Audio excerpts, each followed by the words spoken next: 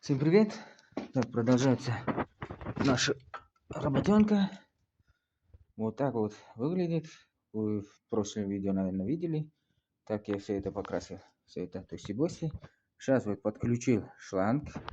Подключил ручник. Вот там ручник. Как видите. Все соединил. Вот она проходит. Вот трубка. Вот проходит туда. Вот. Идет туда. А там трубку с соединителем. Соединил на старую трубку. Не стал менять полностью трубку. Вот. Ну, вроде говорят, все нормально будет. Так вот.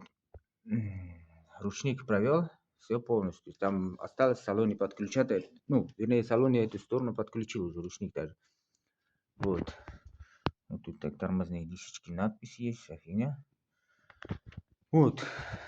И что теперь?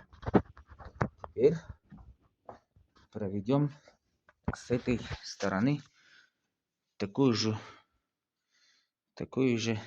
работу. Смотрите, ни трубок. Вот тормозная трубка.